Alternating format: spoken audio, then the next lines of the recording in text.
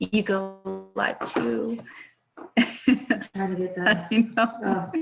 Now it's going back to, so, gosh, this thing drives me nuts. This.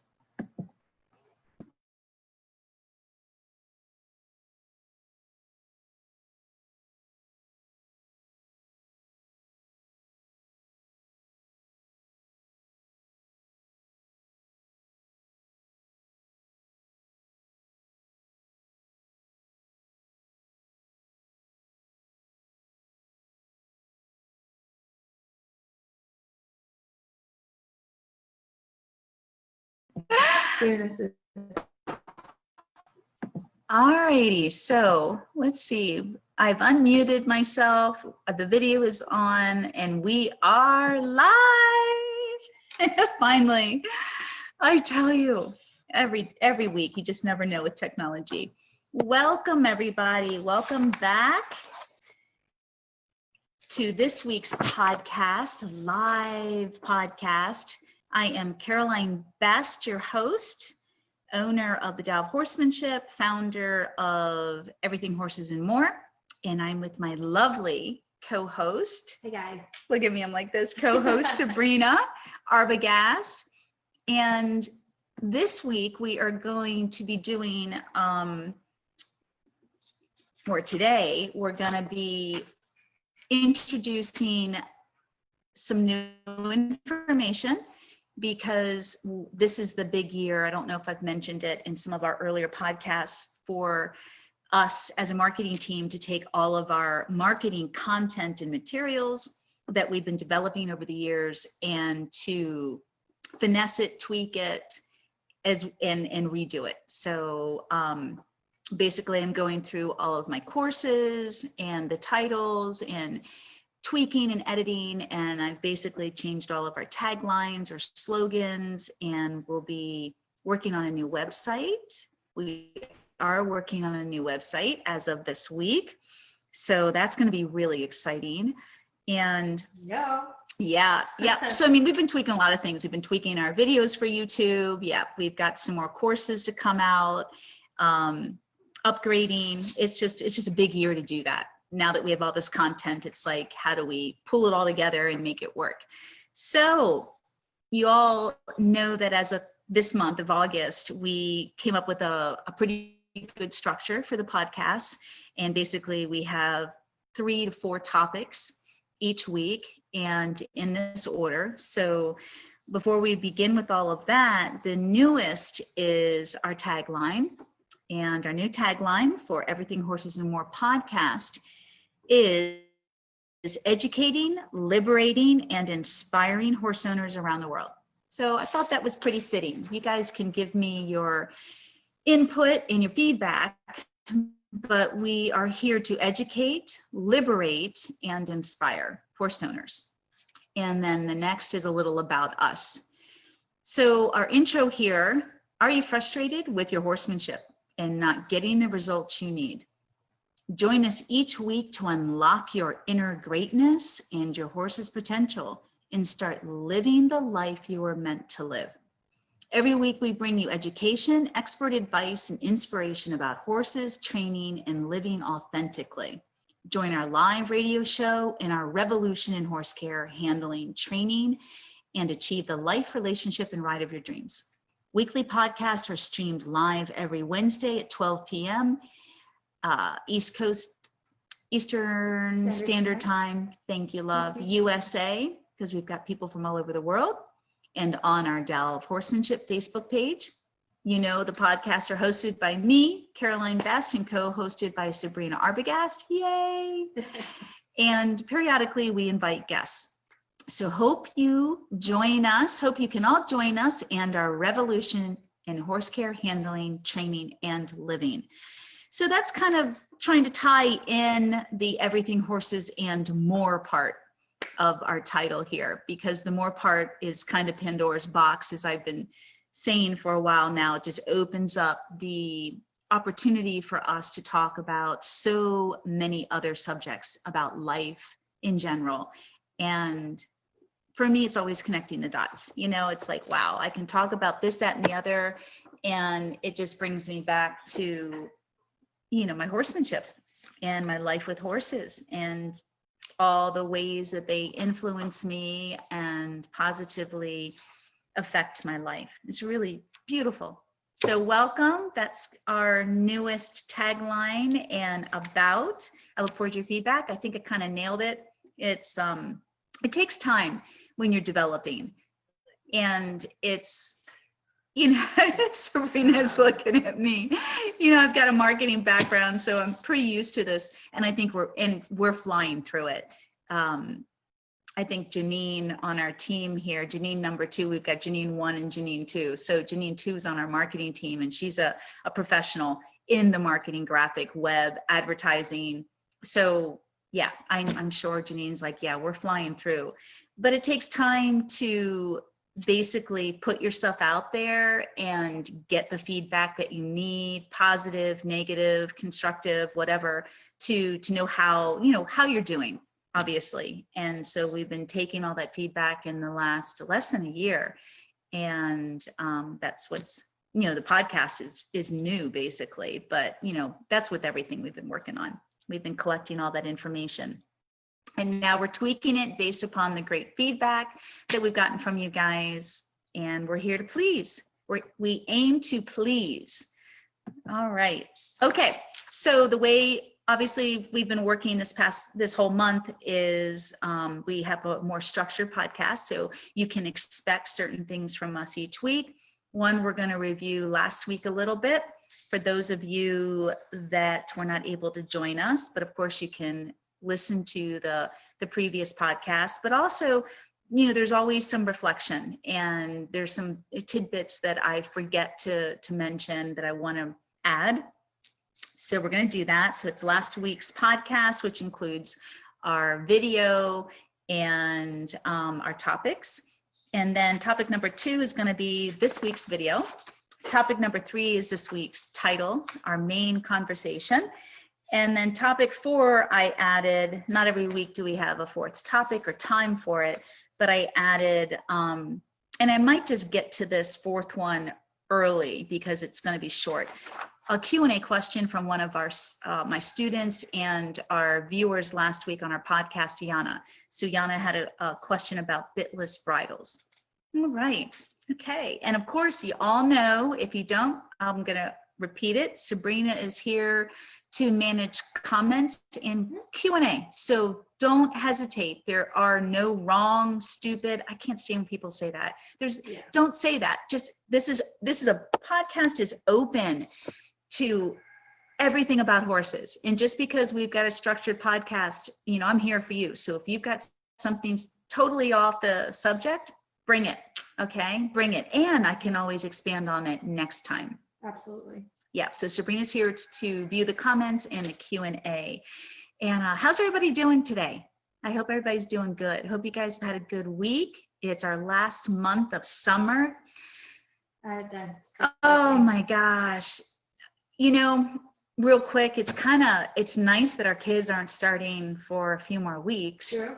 I think personally, being a lot older, I don't know if this was your case, but we didn't start school until after Labor Day. Mm-hmm. And I still think it should be that way. I think we need to look at quality, not quantity with our school systems. It's not about how long you stay in school, both during the day and the year, but it's the quality, it's the way that we're being taught. And I think there's a lot of us that will agree our school systems suck ass. A lot of them really suck. Teachers are wonderful. Yeah, no, thank you, Sabrina. No disrespect to our teachers. Not at all. I didn't mean that. And I was naive when I said it like that, not thinking. No, our teachers are freaking phenomenal. It's just, something's got to change. It's across the board. Absolutely. Something's got to change to make it easier for teachers, make it easier for families, more affordable. It just, the whole thing. There's so many things that need to change, but that's a whole nother podcast, huh? Just keep adding that to the list. Yeah, like 101. 1001. What do you mean 100? Wow. Whew, 100's nothing. All right. So last week on YouTube, our quick teaser snippet of the full length training video was Where Should My Hands and Reins Be? And this is part of the new series that we're coming out with, Common Mistakes Beginner Riders Make. And we're going to keep putting up these short teasers. But right now, as of I think last week, all the long full length videos are being saved and archived for our new series, our new beginner rider series. So that's pretty exciting. And we are taking submissions for people interested in it. You just have to go to the TaoofHorsemanship.com website, and you'll see right on the welcome page, you'll see an opportunity to click and submit your email. And that way, as soon as we release it, don't know when, sometime this fall, we'll put you on there. Yeah, and all our snippets now on YouTube, the full length is going to be just on the beginners. Yep, not on the video exactly. library. Yep, the full length will no longer be in the video library. It will Yeah. just be on exactly in the series. And this series is going to be really affordable. Approach or style for us, I'm trying to be more to the point, offer layers of education in each video, but strategically being more to the point. So anyway, I'm not getting, okay, so last week's video, Where Should My Hands and Reins Be? Common mistakes a lot of beginner riders make. And in that particular video, along with this Friday's video that we're releasing, and this Friday, it is How Long Should My Reins Be? So wow, these are two. First is kind of like contact in last week, Where Should My Hands Be? And Where Should the Reins Be in My Hands was last week's. And then this Friday is going to be How Long Should My Reins Be? Both those two videos, they're pretty layered, because we have three specific areas in horsemanship to think about. And I'm talking in terms of being a trainer / instructor and a student. So the three specific areas that are never brought up, at least the students that come to me are never taught this. You know, where should your hands be and how long the reins should be varies according to three specific areas. And the first one would be, what discipline are you riding? The second area would be, what level rider, or that might be the third, what level rider are you? And the third area would be, what level of training does your horse have? They can be flip-flopped. But this is really important, because so often students, all of my students in different disciplines, different levels of experience, come to me with one particular handset and one particular rein or rein length. And the thing that bothers me about the rein length is most of you are one or the other. You either have too loose of a rein and no contact because you personally don't want to be in the horse's mouth and it doesn't feel right, and I so appreciate and respect that. But at the same time, there's no communication when you don't have some level of contact between the horse's face or mouth and your hands. There's no communication there. And then the opposite is, you've got way too much of a grip and you're way too much in your horse's face or in their mouth. And so that's why I've broken it down into these three particular areas that we have to consider. What is your level of riding experience? What's the horse's level of training? And then what discipline are you riding? So it's pretty, I mean, I haven't seen it presented like that by anyone else out there. It's so important. It is so important. It is. I mean, it really is. So I'm excited about this beginner series and what it's going to be able to offer so many people at all levels of riding. Because like I said, I mean, I can get a second and third level dressage person coming into me, and yeah, more particularly it's dressage. And it's like they are just been taught to, they are so overfacing these horses. There's so much in their face. And then there's no true self-carriage being taught. And what is self-carriage? The ability to carry yourself, carry your own weight, not the rider. So oof, we could have a whole series on that. Mhm. So check it out, you guys. I think it's going to be pretty enlightening and definitely give you answers. That's what we're all about, is giving you the answers. That's why I look forward to so many Q&A, because I want you guys, ask me, send in questions, don't be shy, because you're helping others. You know, this is an ability to share information. All right. So last week we also talked about one of my favorite topics that I coined. I call it EA, or short abbreviated for emotional agility. And last week's topic was, how does a horse's emotions relate to horse behavior and health? And we're going to expand on that a little bit today, part 2. And we also expanded last week's podcast. We expanded on the previous one with science-based training and behavioral science, which includes positive reinforcement, which includes a lot of mechanical training. And that was just one of the things. So if you guys are coming here today new or fresh, or you missed last week, check out last week, because I expanded. I think it's going to be, see, last week, might want to check out the week before, where I really dived in deep about the new buzzword in training, science-based training or behavioral science, which includes treat rewards as positive reinforcement. And so I definitely don't agree with that type of positive reinforcement. I don't agree with giving treats as a means to teach or reward. My animals get treats all the time, but you are the treat. And this real science, as I was talking about and expanding on last week, and it's proven in research, the real science behind motivating horses, in particular, motivating horses to learn and to try and to be connected and engaged with you. The real motivation is relationship. And if you really have to understand that, I think I did a little bit more writing on that, just a little bit. The reason why relationship, and this is a science behind it too, works, is the biological aspects of it. It's not a cognitive, like I keep referring to, or I talk about the horses, the layers to the horse's brain versus the layers to the human brain. We have 3 layers and a horse has 2. And our 3rd layer is very cerebral. It's very cognitive and analytical, but it's not the biological parts of our brain. And the biological parts are the 1st and 2nd layer, just like the horses. And the science and research behind that is proven in the hippocampus area. And the 1st and 2nd layer to our brain and a horse's brain is part of the limbic area. And that's what I was talking a lot about last week.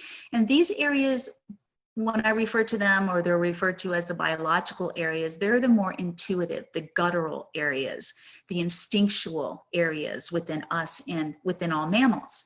And so the horse and the human are very similar in their biological layers to their brains, are very similar in their response, their reaction. And this is proven through the hippocampus area. And without getting into a lot more about that, if you just read about it, you'll understand it. And I've written some articles when I've been writing about PTSD, equine PTSD, and trauma and rehabilitation. I've done so much research over the years, and I have a lot of experience with this, working with horses and testing it, improving it on my own level. But then there's the science behind the hippocampus area. And the hippocampus area is basically responsible for our nervous system and the way that we respond to threats, and also the way that we respond to feeling at ease. And so it produces the hormone or the chemical endorphin, which is when we feel good and relaxed. It also produces the chemical or hormone adrenaline when we feel threatened or defensive. And so we and the horse share similar levels of hormone release when we feel good and when we feel threatened. I mean, it's almost identical. And the whole hippocampus is, the whole size and shape is almost exact. It's so similar within the horse's brain and the human brain. So you have the size of the hippocampus being almost identical. We release depending on how we feel. So it's really interesting.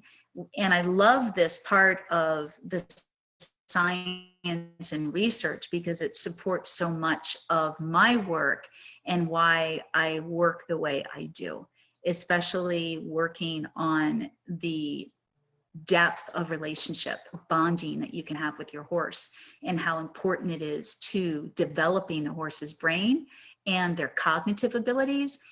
And so last week we talked about children, and when children are neglected in early stages of development, you know, from firstborn, newborn to the ages of 3 or 4, especially, that part of their brain doesn't grow. I mean, they've done MRIs, they've proven this.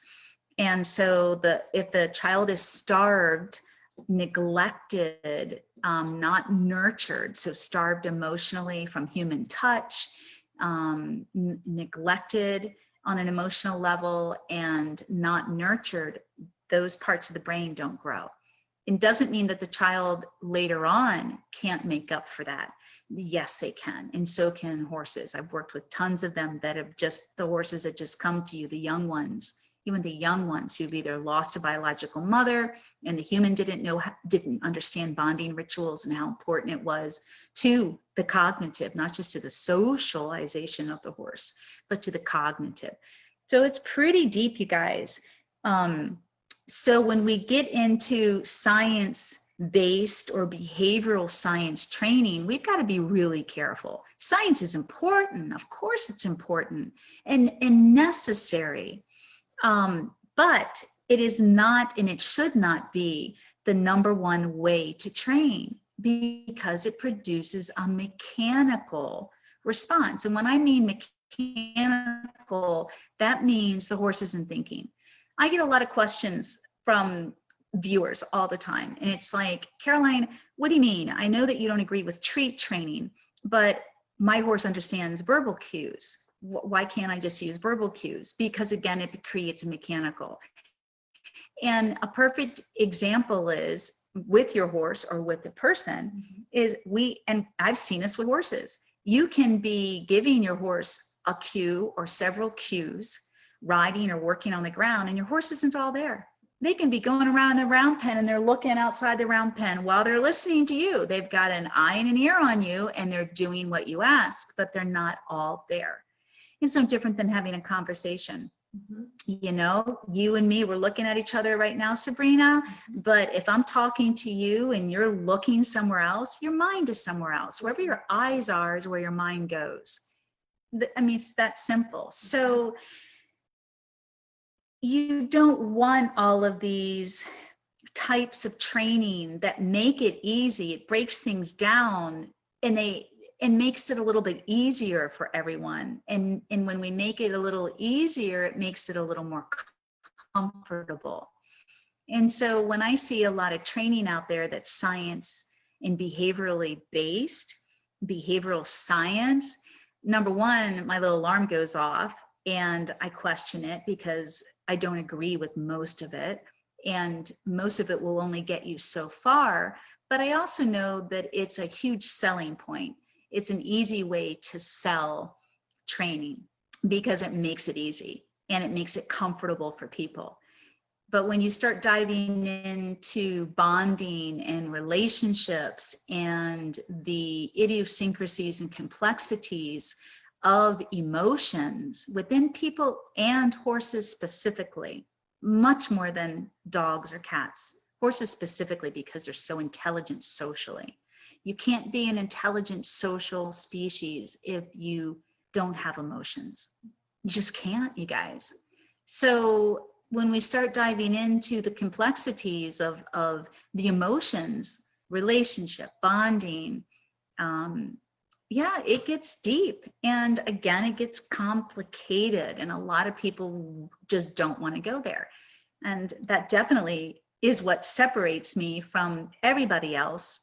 And even those that do teach, as I mentioned before, gentle equine training approaches, and they talk about bonding and they talk about relationship. I think it's great. I'm like to see that push, you know, for more of training to be in that area.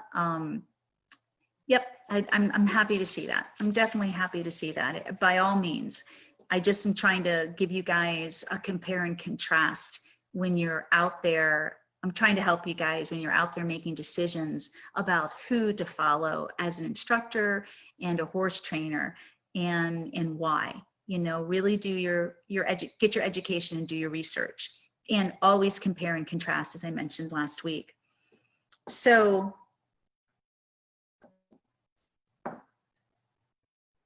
as I mentioned last week, what trainers out there are missing is the real science behind relationship, or the real science behind training, equine training. And the real science is about the relationship and how it stimulates the brain. And the reason why relationship, as I just mentioned, is so important, because it not only stimulates the brain, I mean, that's a major thing, but it's also, relationship is a vague word. So when I'm talking about relationship, I'm talking about bonding rituals, about helping your horse learn how to socialize and forging friendships and developing the level of play and, of course, love in your relationship, in your training with your horse. And that's another problem out there, is how many training techniques or approaches don't include all those things in training. You know, that's why I refer to my methodology as a relationship-based training, because again, why? We know that bonding and socializing and forging friendships with your horses and helping your horse form them with other horses helps the cognitive, helps the horse learn better all the way around. And so that's just something for you guys to really think about. To expand on that before I move on to some other areas of our podcast today, you know, I can't emphasize enough about developing a foundation with your horse. I look at all the different trainers out there, and I'll just say my competition. I'll look at all the different trainers in my competition out there, and we all, including me, we're trying to sell you guys our methodology, our way, our approach, our techniques, whatever you want to call it, to training and instruction. And what I see, I think the big picture that I see, and hopefully you guys, maybe you don't see it, is why do we have so many trainers out there? Why? Why do we have so many of us out there trying to teach you the same things, just teach you a little differently? And the big picture for me is because there's so many problems with horses. We have so many training challenges. We have so many issues across the board. So many of our horses are effed up. Now, I'm not talking about the people out there that are out there riding, those of you that are out there able to take your horse to a clinic and learn new things, whether it's groundwork or riding. I'm not talking about that. I'm talking about the other 75% of equine owners, horse owners out there who have massive problems with their horses, and they're stuck. And they're out there buying this course and that course or another course.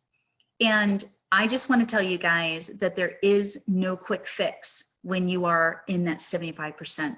You are the majority stuck with deep layers of trauma with your horses. And as soon as you start peeling away and pushing and trying to get your horse to learn something, it's like opening Pandora's box, because you're missing the big picture. You're not being taught the big picture.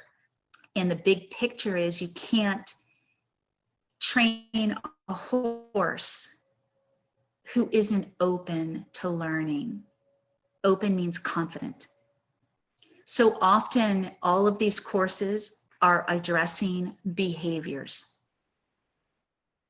And while most of the behaviors are learned, where the horse is born with certain instinctual behaviors, like getting up and running and suckling, so forth and so on, but most of their behaviors are learned.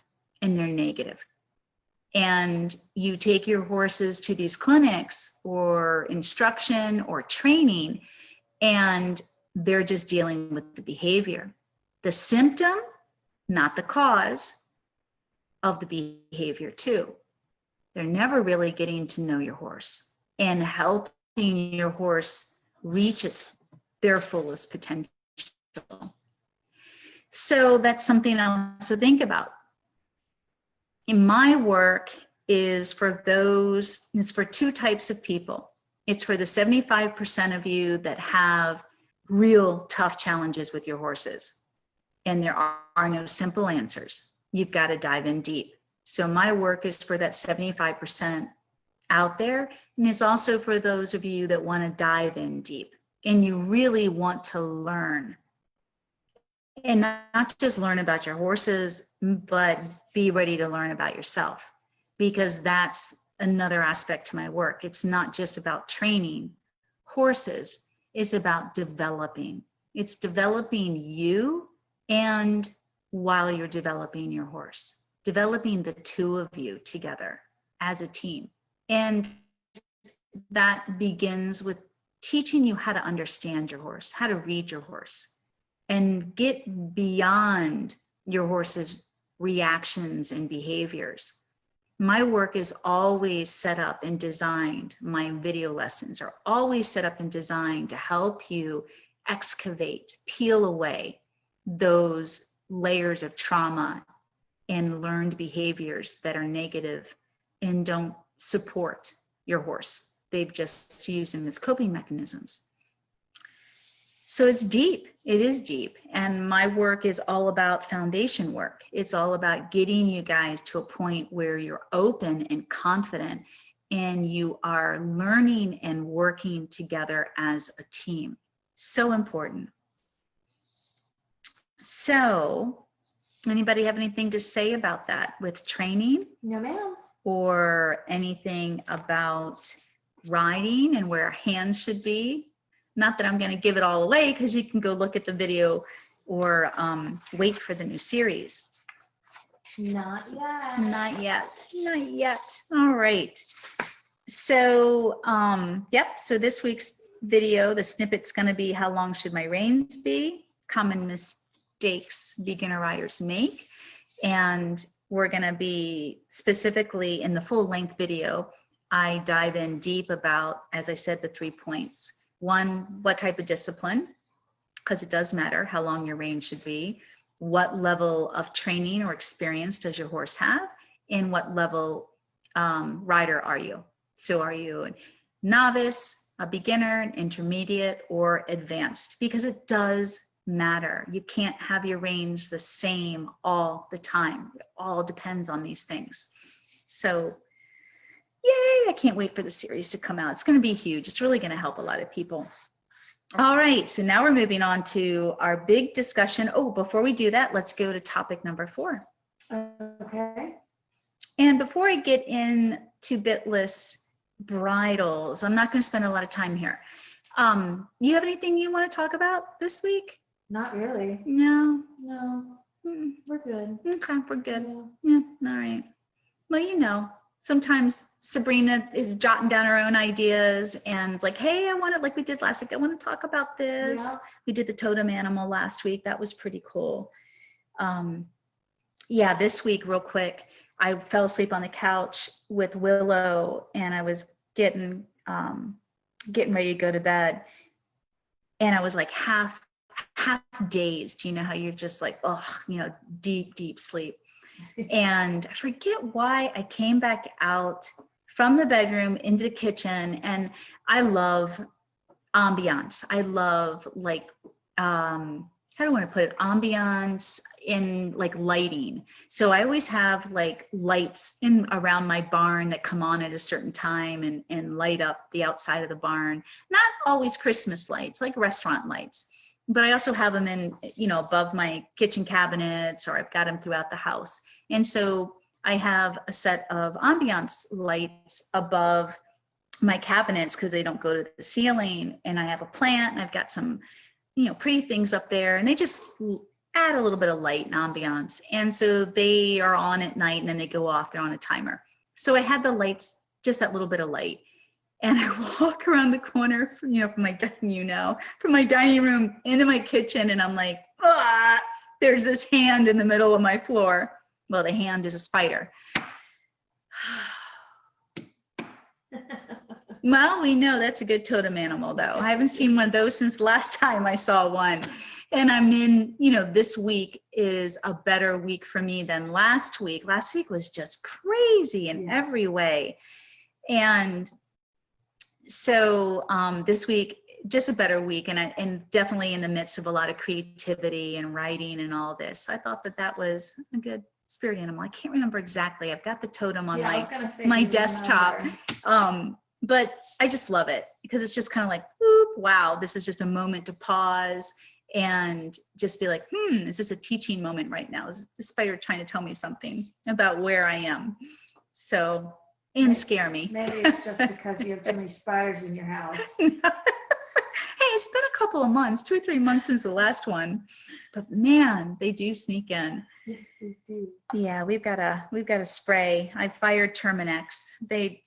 After almost 2 years, what a nightmare. So my husband and I are just taking over with everything, our own pest control. For sure. All right. So from Yana. So I already emailed Yana back and I gave her a list of Bitless Bridals that either I have or I've tried or I recommend. But I'm not going to get into that because, oh my gosh, you guys, it's like, saddles, girths, and bridles. I don't care if it says this size fits a medium, an extra wide, a large horse, or an Arabian. We'll throw fly masks in there too. Because all 4 of these pieces of equipment or tack, it doesn't matter if your fly mask, your bridle, your saddle, and your girth say medium. Depending on the manufacturer, that medium is going to vary. So when I really find a manufacturer's product, piece of equipment or tack that I really like, and I'm hanging on to it. Let's say fly masks, because I have tried 500 million different fly masks to see which fits, because they don't all fit. They can say, oh, this is for your Arab, a small, and it's too small or it's too big. Same with the medium, same with the large, same with the extra large. And then it comes down to, well, even when it finally fits the horse well, does the horse like it? Is this the one that they constantly take off? And her horses let you know when they don't want it. Yes, they do. We talk openly around here. So my horses know they're listened to, they know I hear them, and they tell me everything. Oh my Lord, Lovey, speaking of which, would not shut up yesterday afternoon. Oh. So my office this is the guest house, as so many of you know, that is under the same roof. It's built into this beautiful barn that has my office in it too. And so I hear everything. And Lovey's stall is right next to my office, and Joey was across, and she just kept nickering and throwing shit. So I didn't know she was throwing shit till I came out the door, and I saw stuff frustrated, like the fly mask, the halter, the fly spray. And then as soon as she saw me, she screamed super large and spun around in her stall. So I knew what she wanted. She wanted to go across and be with JoJo and go out with that herd. So I let her, and then I brought her back in hours later. This is my life. Oh Lord. And they will come down and get me. They know where I am most of the time. Mm-hmm. So yeah. I can hear them in the other barn if they scream for me. Oh yeah. Oh yeah. Sure. Mm-hmm. So and it's cute because Lovey was out there for a couple of hours, and then I stopped working around 6:30, went up, to get a shower and eat and whatnot, and I had to come back down to lock the chickens up and just check on everybody. So many chickens. We have 8 new babies. I can't have any more. This is crazy. I love them though. I'm training I'm loving it because I'm really doing a I'm having a fun time training my chickens, and it's really cool. Thanksgiving is coming. No, we're Just saying. that's turkey, not chickens. Sorry, not chicken. Anyway, so long story short, Lovey was with the other herd, and then Baby Blue, that's his like sissy. So he comes down to get me when I'm down here. He's like starts whining when I come back down. So I'm like, I'm gonna get your sister, relax. So he literally just follows me, waits, and then I go call Lovey. Lovey comes, throw her over. Then she and the baby Zor comes with, because Zor's like, what, you know, and then they're all grooming each other. So it's just, it's beautiful. It's really cool. It is. It's really cool when you can have this conversation all the time. You're communicating. I mean, it's wicked amazing. And then it transfers into everything you do, which keeps you so safe. It's crazy cool. So long-winded as usual. The reason why I can't just tell you guys, well, I recommend this particular piece of equipment or tack is because it may not work for your horse, depending on many factors. I mean, just because it might fit them well doesn't mean they like it. And just because you think visually it fits them well, it doesn't mean that it fits them well, honestly. And so the easiest way for you to be able to tell is if your horse is constantly trying to take it off or avoid it. And that brings me up to a saddle fitting question too. Just because you've got a professional rep or saddle maker or saddle fitter out there, and I recommend saddle fitters, not saddle reps. I have had many arguments and disputes with saddle reps because they really don't care. They're just trying to sell and get a commission. It's the saddle fitters that know what they're talking about. And they're amazing. I haven't met any that were not excellent. And then of course they always recommend a saddle, which is really the way to go. But for those of us that don't always have the $3,000 to $6,000 for a handmade saddle for your horse, and you're buying a used one or a new one, listen to your horse. Because so often you may feel that the saddle fits and your horse is telling you otherwise. Sometimes they don't like my bareback pads are amazing. I mean, they literally work for every horse. There's no question about them. That's why I recommend them all the time. And they just work for every horse, unless not a pony, but for every horse and every rider. But my two mares, Lovey and Sundance, they don't like the Western cinch on it, and they don't like the English either, but they prefer the English over the Western.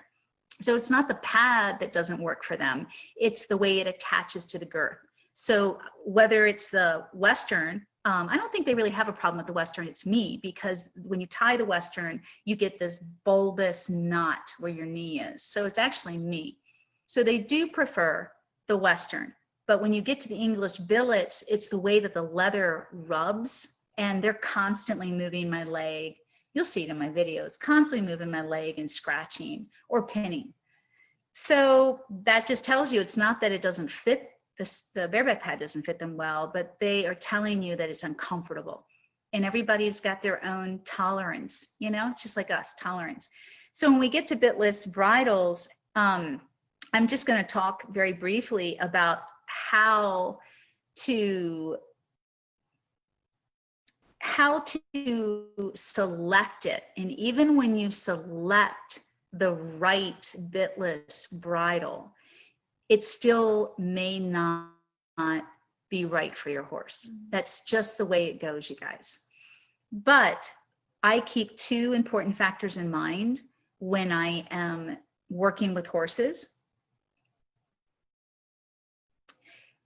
and selecting at least the right bitless bridle for that particular time.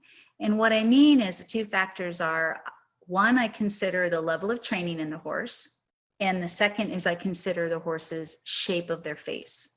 So those are the two predominant factors I start off with. One is the level of training in the horse. If I've got a new horse that I'm either introducing bitless to, or what's the word I want to say? Not transferring, but transitioning from bit to bitless, or starting a new horse. So if I'm transitioning from bit to bitless or starting a new horse, I always start in my marine quality, soft marine quality rope halters and lead ropes, period. And I can continue to use that all the way up the levels of training.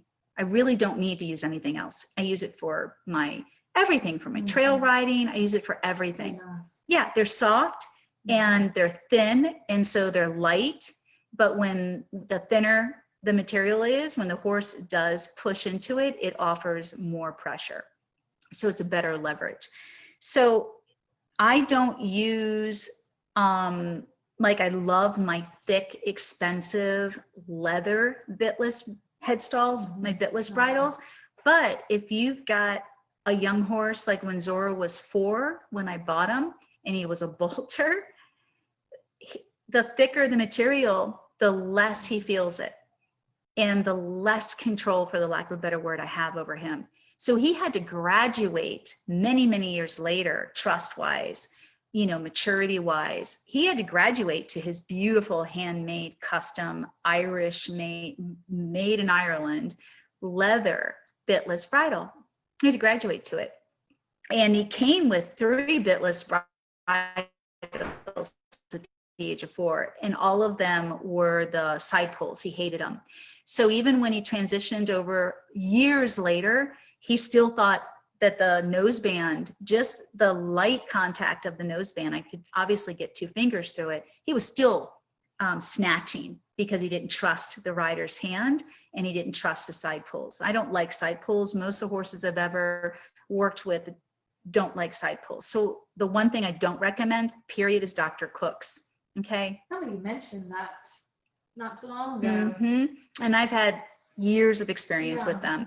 So it's really the side pull, because they don't always release. And when you get into leather, you want leather that grips and sticks. And so if you've got a nice leather, which Dr. Cook's makes an expensive leather, bitless bridle, I've had this and I got rid of it. And then the other thing is his standard bridle bitless did not fit my late quarter horse Smokey, who was only 15.2, but he had a little bit of a Roman nose, and it didn't fit him. And I would have to go all the way as loose, and then it would go really high, and then it would buckle out. The cheek strap would it would go up all over his eyeball and everything. I mean, you couldn't use any contact, real inside outside rein contact. It was a mess. So I don't recommend side pulls at all. So we'll just get them out of the way. I really would like to know, what is a side pull? The best thing you can do is look it up, Emily. But did you use a screwdriver on these guys last time? Holy cow. I even have one over there in your box. We gotta let them know about that. That's a pain. So a side pull is, you have your noseband around your bitless bridle, and then you have your D-rings. And the way the reins work is they go through the D-ring and crisscross to the throat latch. I think it's been I don't have any. It's been years, you guys. Just look it up. The side pulls are, like, unfortunately, the #1 style that is populated and sold. And so you don't want this crisscross, because it doesn't release, and it always has a contact. And it's not a good, most of the horses I've ever worked with, restarting them or starting them, they just don't like it. So the 2 key factors, again, when you are thinking about and selecting what style of bitless bridle, is the horse's level of training with a bitless. And so if I'm starting or restarting a horse and transitioning from bit to bitless, I always go in the rope halter. It is the safest thing. And not the rope halter with D-rings that you can fasten. I'm doing a rope halter that is going to be used more like a hackamore or a bosel. So that means that I want the pressure behind the ears, okay? I want the pressure behind, I want it pulled here, so that the horse first feels the pressure coming at the pole and then the nose. So this is really important. This is the best way to teach and transition horses over. So the pole is everything. And especially when you're working classically, like I'm teaching in my work, you're working with developing the horse's balance and self-carriage, you need them to break at the pole. Because if they're not breaking at that pole, then there is resistance embraced through the top line and the body, and they're heavy on the forehand, and it just goes to hell in a handbag downhill from there. So there's a real strong purpose why I want that style of hackamore or bosal, but I don't want a true bosal, and I don't need a hackamore. You can create one if you do it the way I teach, a 12-foot long lead rope. You tie it the way I teach you guys, and you have the long extension, which if it's long enough, it can become like a lead rope, a makati, an extra piece that you just tie to your saddle or your bareback pad. So I start out with the rope halter. I want the pressure first to come behind the pole, and then the way that I train with all the levels of suppling and contact, the horse is getting very familiar and comfortable with pressure across its nose. Familiar and comfortable is important, and through that you're teaching the horse to become very responsive so that you don't have to pull. So that's number one. And then you can't go wrong with the shape. So they're pretty true to size. And when I have a place that I recommend handcrafted jewels, and I buy all my rope halters and lead ropes and that style of tack from them. So if you buy a large for, I think I had a large for Smokey, you also have an extra band underneath where it connects the halter so that you can tighten it around the nose if it's too loose. So you have some ways of adjusting, but they're pretty true to size, and they fit all horses, right? Then you get in, once your horse is really light and responsive, the way I teach, which is your body, your seat, not so much the hands, really connected to you, then you can transition into more custom bitless bridles or fancy or leather. You can get into all of that. I do have a really lengthy free YouTube video about bitless, and it was made a long time ago, and yet with Love Bug, and I was using back then a stop and turn style, but I even tell you in the video that I do not recommend that the stop and turn can be a very harsh piece of equipment if you don't know how to use it, and if your horse is afraid of being boxed in and afraid of that level of contact. It can be way too much. And so I no longer train with that, period. You just have to be really careful. So I hope that helps you guys when you are selecting. Remember the two major points. What kind of training has your horse had with bitless, and the size of their head. So not every medium is gonna, in every different bitless bridle, is gonna fit a medium-sized head. Does that make sense? And I can't tell you because I haven't tried them all. So you just have to use some common sense with that. If it's a nice noseband, is it gonna be able to expand or tighten appropriately? And most of these places, like the place in Ireland that I had the handmade bridle for Zor, she does her own painting and stitching, and it's really cool. It's expensive, but it'll last a lifetime. But you measure the horse, so it's pretty true. You're not just buying something without measuring. Okay, so I hope that helps with the bitless. And of course, if anybody has any other questions. Rebecca. Hey, Rebecca. When and where do you feel breakaway attachment points are appropriate? So breakaway, like halters, that's really the only breakaway I'm familiar with. Is that what you mean? I know we're going to have a little delay. So Rebecca, are you talking about breakaway halters? Because if you are, let me know. let Sabrina know. But my only experience with breakaways is in a halter form and for trailering purposes, but I've never used them. But that's because I also have a lot of skill and experience. So for those of you that are trailering or getting your horse used to trailering off the property, breakaways are wonderful. You can't go wrong. Keep in mind too that snaps break. Snaps break like that. A horse can break a snap just pulling back. So that's why I've never needed to use them. And honestly, you know, I want my horses to self-load, as you guys know, and I want them to stand in there. And from my schoolmasters, Legend, Sundance, Smokies Now Past, I never tied at the end. I never had to tie them. They were just really well experienced with traveling with me a lot and being very comfortable. So when you do have to tie, there's some, even when I would tie with a rope halter that does not break, and I would tie without a snap, so the lead rope was, you know, pretty much attached to the halter. You can do the quick release knot. Sometimes they don't. I've had horses pull them so tight we've had to cut them. But I mean, there's other ways. Did Rebecca answer? She said, Rebecca just said, or wash rack, or end of reins, or trailer, no bungees. All right, a little confusing. So like if I'm tying a horse in a wash rack, you guys, you can buy cross ties that have little like breakaways. And we also use zip ties. So you can use zip ties as a breakaway, and you can do that the same thing. You could have a zip tie in your horse trailer and put your lead rope through that. Or from the hay bale, people take The baling twine. Yeah, the baling twine, they rip that really easily too. Do they? I've never used it. Yeah, baling twine, I'm not going to. I've never experienced a horse.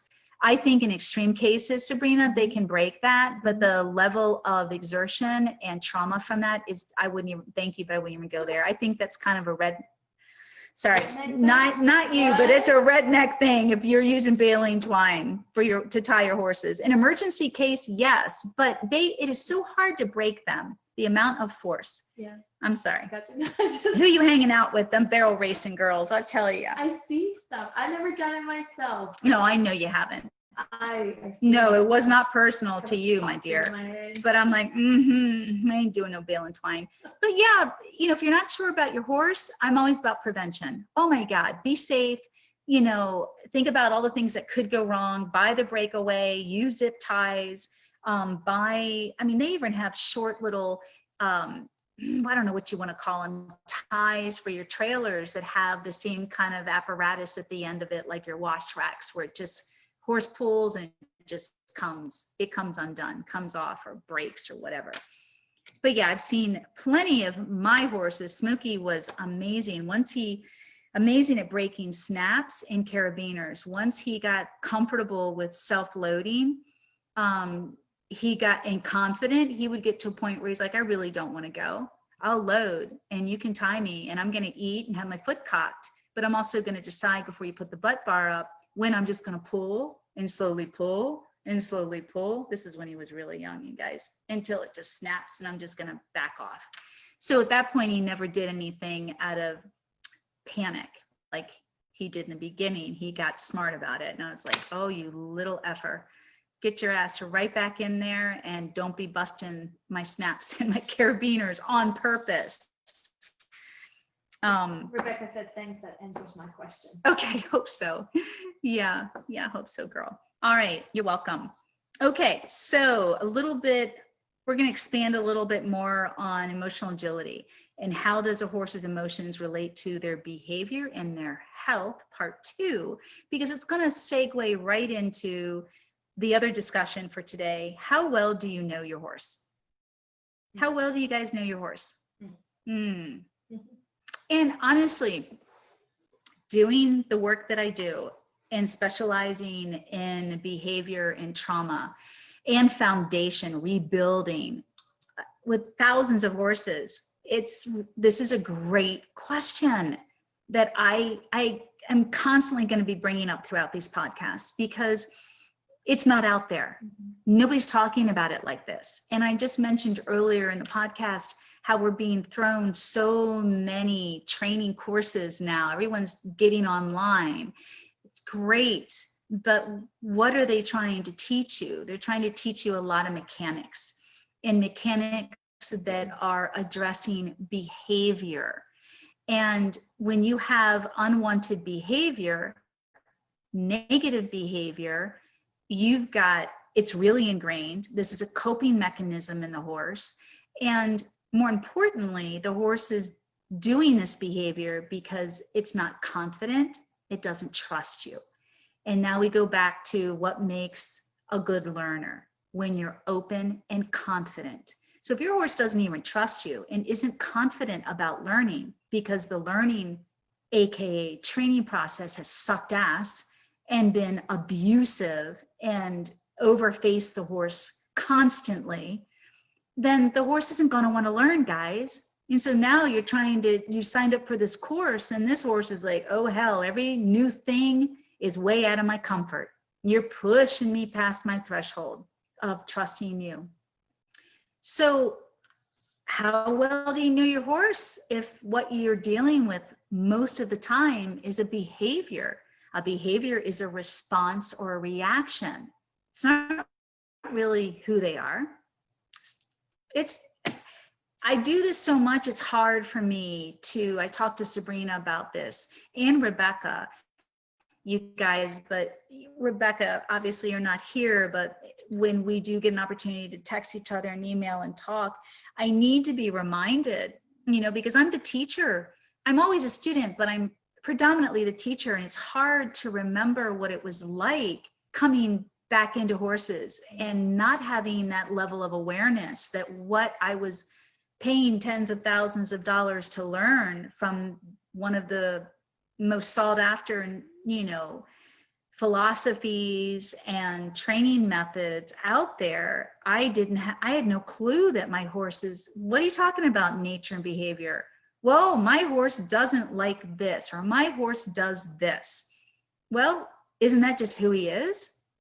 No, most of our horses, I'd say in my experience, 98% of them do what they do to cope. Yeah. Do what they do to get out of it, get away from it, deal with it. I don't even know how, unless you experience what we experience here. Rebecca, you know it. My students know it in the Mastery membership, the students in the spirituality course. Until you experience what we all experience, it's hard to talk about, because you're like, I've always dreamt that I could have that relationship and that connection, and my horse could read my mind. I always dreamt that we could have a conversation, that my horse would really understand me. I always dreamt that I could be safe, that my horse would actually take care of me. And guess what, guys? They can. That's what I'm all about. That's what we do here. That's what we're doing in this podcast. That's what we do all the time, is we keep trying to put it out there, proving in the videos and the testimonials and the work. I walk the walk. I don't just talk the talk. It can happen, but you got to get through the behavior. And if 98% of you are dealing with behavior, who's teaching you how to get through the behavior?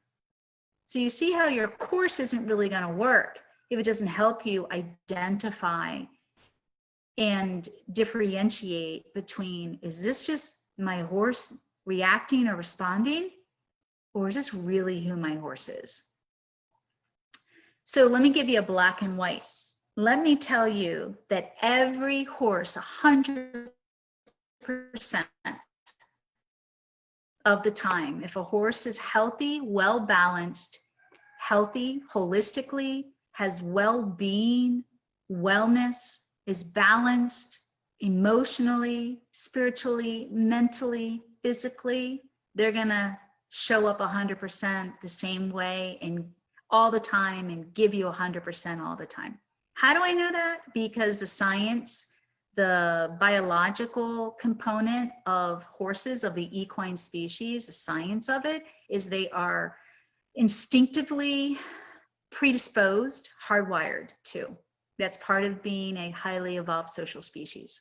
So you see how I'm always connecting the dots and bringing everything back to a full circle here. So when you really understand horses like I do, then you understand that this is something that is innate within them.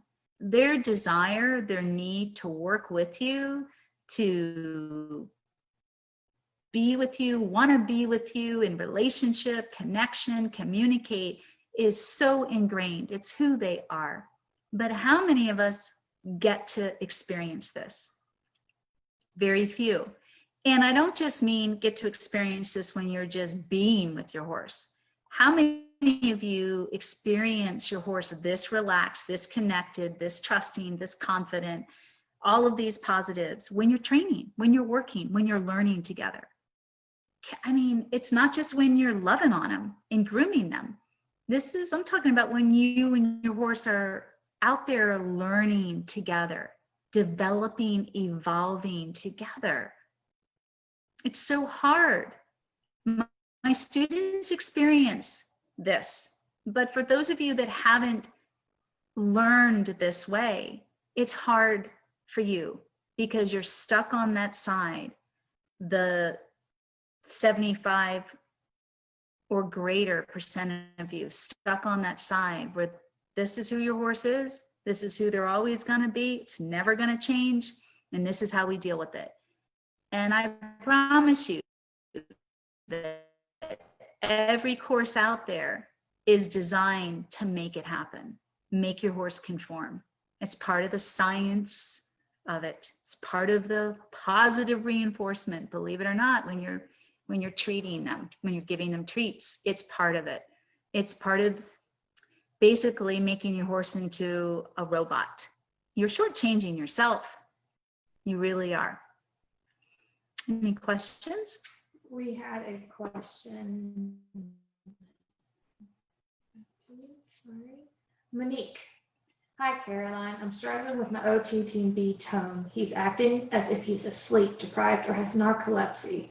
Have you seen anything like this before? Hi, Monique. Great question. So you have an off-the-track thoroughbred that is acting like falling asleep and is not responsive, almost like they have narcolepsy. Absolutely. So let's just look at it this way. Any extreme behavior, anything excessive, you guys, with your horses is a deficiency, a depletion. There's something wrong. And so what happens is the hippocampus area of the brain, part of what the horse is being triggered, obviously, your OTTB, Monique, great question. And he's choosing the freeze mode. So instead of going in, it's still adrenaline, it's still a self-preservation mode. So instead of going into a high reactive or fighting, fleeing, trying to get away, he's a very sweet. And this is great because this is how you get to know your horse. So actually, it's pretty proven in my work that when I have a horse that responds like your OTTB or similarly to your OTTB, they across the board have a very sweet, passive or submissive nature. And it's just like humans. When we have a more passive, submissive personality, we're not fighters, are we? We're more shy, more timid, more withdrawn, more introverted. And so those types of personalities in people and horses are totally similar. Those types of personalities go deep within and they shut down. They just shut down. So they just choose the opposite of reacting. So ask Monique, or Monique, you can hear me. There's just a little bit of a delay, or you can type this too, Sabrina. Do you belong to any of my courses? Because I recognize Monique as a student. I'm not sure if it's the same Monique. Mm-hmm. So do you belong to any of my courses, specifically my 12-week OTTB retraining course? Because we dive in. We dive in deep in the Mastery Membership Program, and the spirituality course also can peel away and restart all of this. The OTTB 12-week course is not a step-by-step program. So it just gives you each week of the 3 OTTBs that I've restarted. It gives you a lesson, just one lesson on each horse each week. So you get to see where our struggles are, our triumphs, how we're progressing. And it does show you a ton of stuff, but it's not gonna give you the self-help that you need, like the other courses that dive in deep. So if you are not a member of one of those courses, I can't give you a simple answer. There is so much that goes into rehabilitation, and you have such an extreme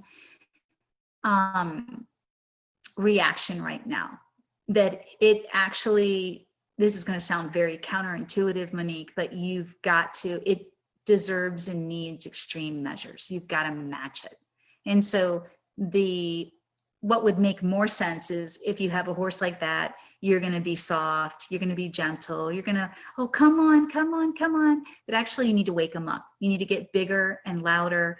And I am not going to advise anyone on how to rehabilitate that level of extreme behavior, because it takes expert skill and experience and a ton of feel and timing, because things can change, because you're opening up Pandora's box, as I call it. You don't know what you're getting into. But in my experience, this is definitely something that you need to peel away. And my courses will help you. They will definitely help you. So yeah, that's hard. There are so many horses out there that are labeled lazy, dominant, slow, and people are taught to kick and whip and use extreme measures to get them to go or participate, whether it's with a lunge whip and lunging, or you're kicking them when you ride. And 99% of those horses are just completely shut down. Horses that trip often. People ask me, Caroline, why do horses trip? There's two major reasons why they trip. They're unconfident, so they start freezing. When you freeze physically, you lock up, they trip. Or they're unbalanced. That's the obvious. Physically, are they just unbalanced and they don't have, self-carriage and balance? But often it's more than that. Yeah, because when you watch them alone, out by themselves or with other horses, they move just fine. But then when you start teaching them something or working with them, they start to lock up. Yep. So that's how you start to identify your horse shutting down, checking out, locking up, going deep within. Wow, how do they act on their own when they're running or socializing? And then what happens when I start working with them, whether it's on the ground or riding? Do you start seeing the tripping? Yep, absolutely. I think too, a third might be just being a little out of shape. You've got to be careful. I'm going to throw that one in. You've got to be careful when you're bringing a horse back into shape and developing the athleticism in your horse. It takes time. And so if you're pushing too hard, you'll start seeing, just like you would us, stumbling and falling all over ourselves. So you've got to, I just want to bring that up, because a lot of people don't realize that when you are developing a horse physically, the movement and getting them back in shape, that it should be a slow process, and it should be a process. So I think we've talked about this. I know we've talked about this obviously in other podcasts. People don't realize that horses are not professional athletes. They're talented. Obviously, we see them do spectacular things, but unless they're wild horses traveling up to 20 miles a day, where they are constantly using their bodies very effectively and efficiently at the walk, but they're constantly staying toned. You look at the wild horses and they're very toned. So they are professional athletes. But our domesticated horses are stalled most of the time, locked up, cooped up, and they're not able to walk 10 miles a day. So how do we keep them in shape? I'd say probably 99% of the time, we are told by a professional trainer or instructor, just go out there and run them in the round pen. Now you haven't seen them in a week. Let's get the piss and vinegar out of them, wear them down. Well, it's horrible. You're destroying your horses. You're destroying them. Or they don't do anything and then they go to the shows and they just run. Yeah. I know. Yeah.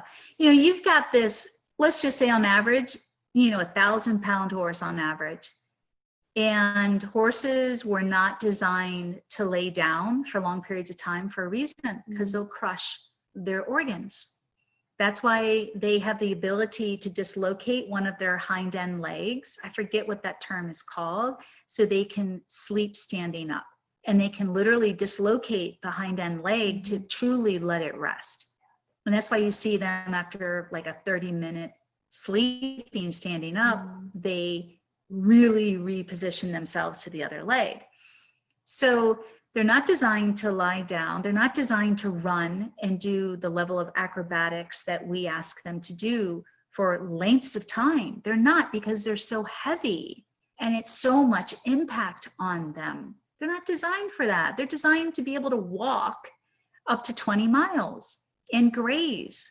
It just blows my mind when we don't think about those things. So when we want to do these wonderful things with our horses that demand a lot from them as athletes, we've got to develop them. We've got to develop them. And it is a slow, gradual process, just like it would be for us. And the best context I can think of is, we talked about this in one of the podcasts, you and I are going to go run a 5K, which is really like a little over 3 miles.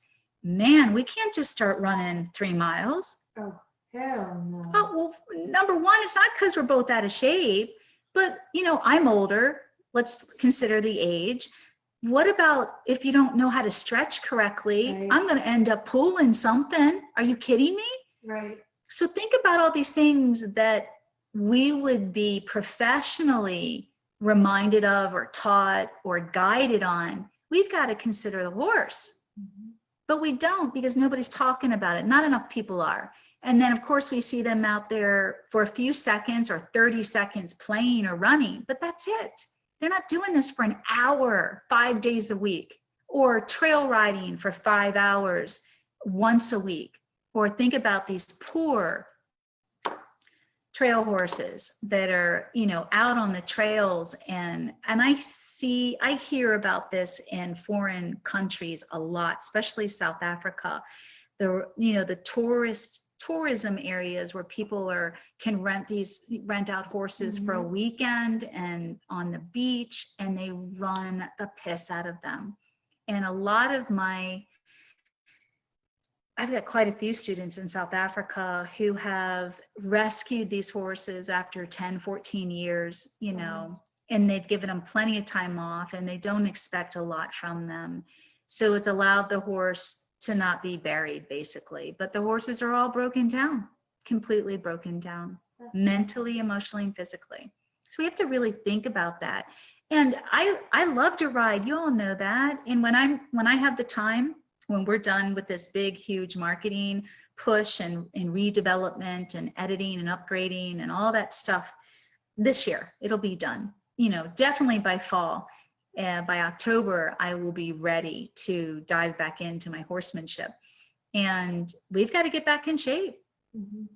And we probably, if we've got the energy, we will be videotaping that process as a new series, and especially about the biomechanics and the art of lunging. I mean, it's definitely something that we're going to be developing.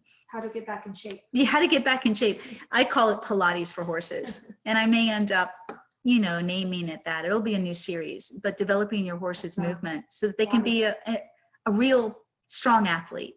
And, I like that. we don't break them So down. many of us Yeah, need we do need that. I would need that. Yeah, we do need that, but it's gonna come out. We're gonna develop that. We just don't know if it's this fall or January. But I'm just telling you guys, it takes time. So yeah, I don't know if Monique responded or anything about any of the courses. No, ma'am.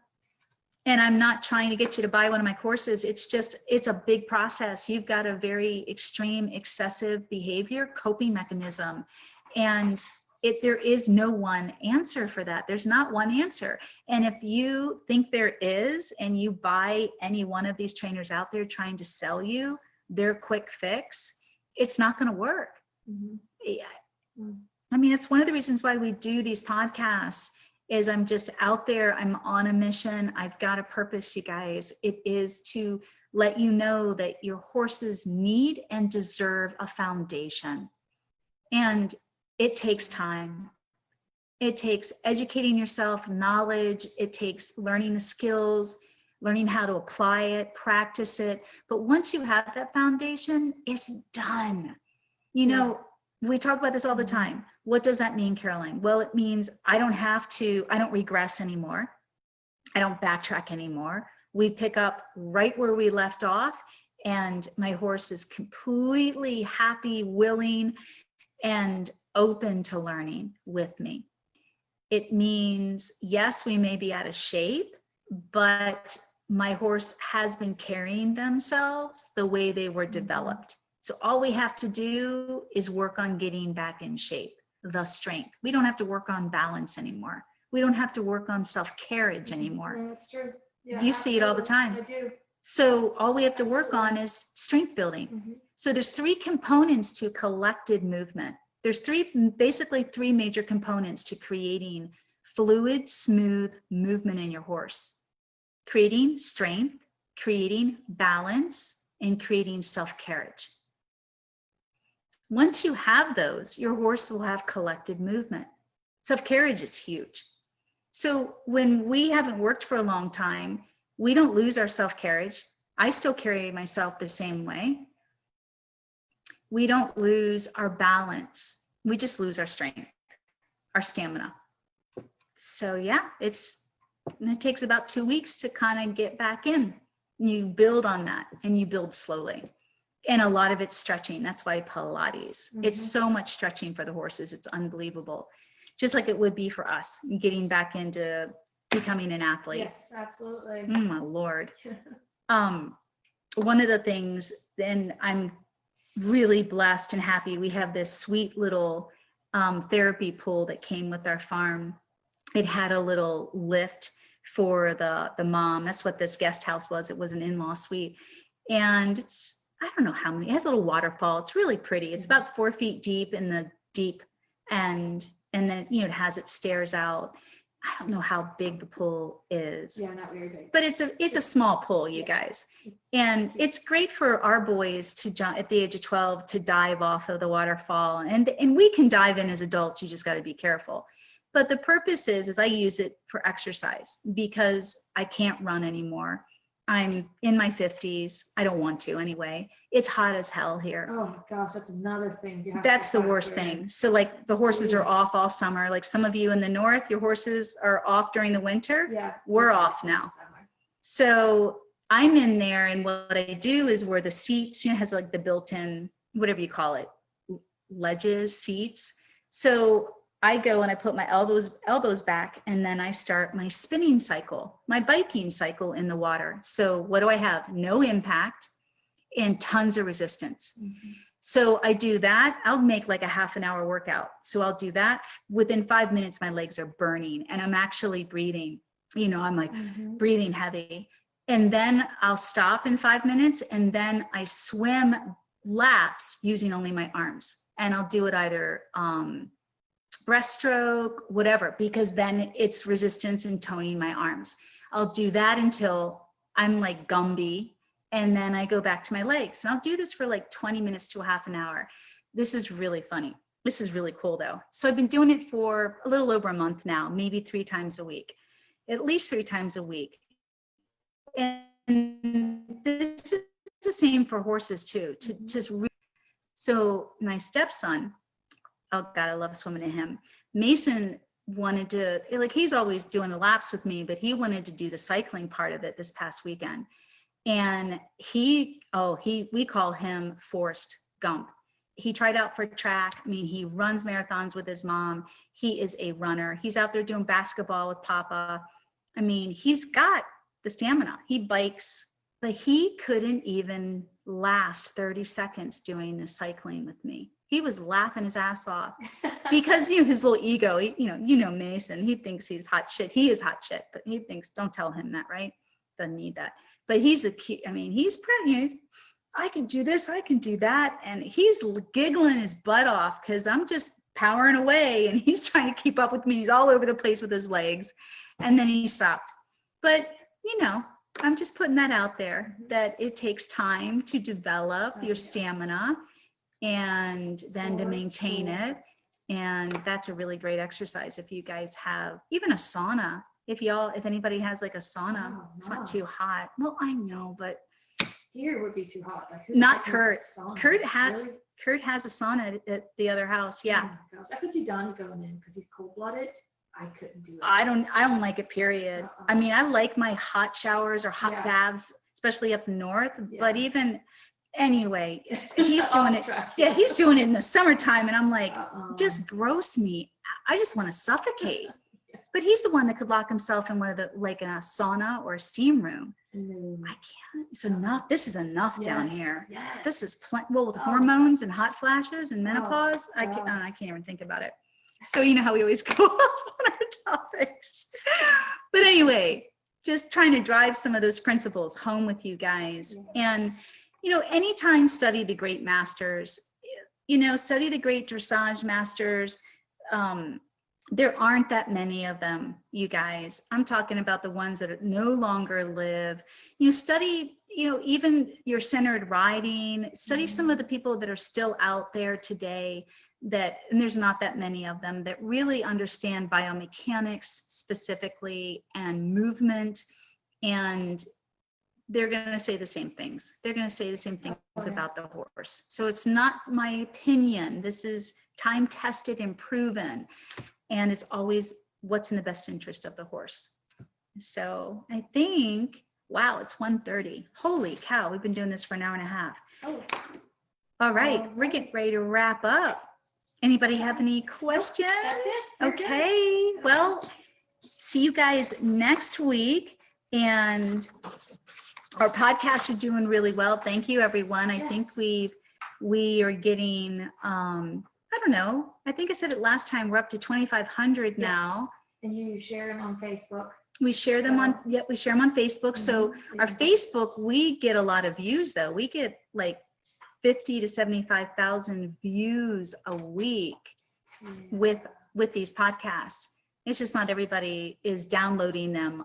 They're looking at them here too. So, but I'm not going to stop doing it. I love going live, and I want to keep sharing it on my social media platform. But yeah, we're doing really well with the podcast. A lot of fun. Yeah, it is a lot of fun. So please share, give back, you guys. Help us spread the revolution. This is a revolution.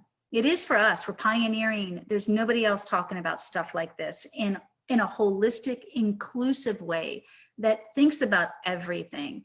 And most importantly, the heart connection and the relationship for all of us, all species. All right. God bless you. May you always be one with your horse. Mwah. Until next time. And thank you.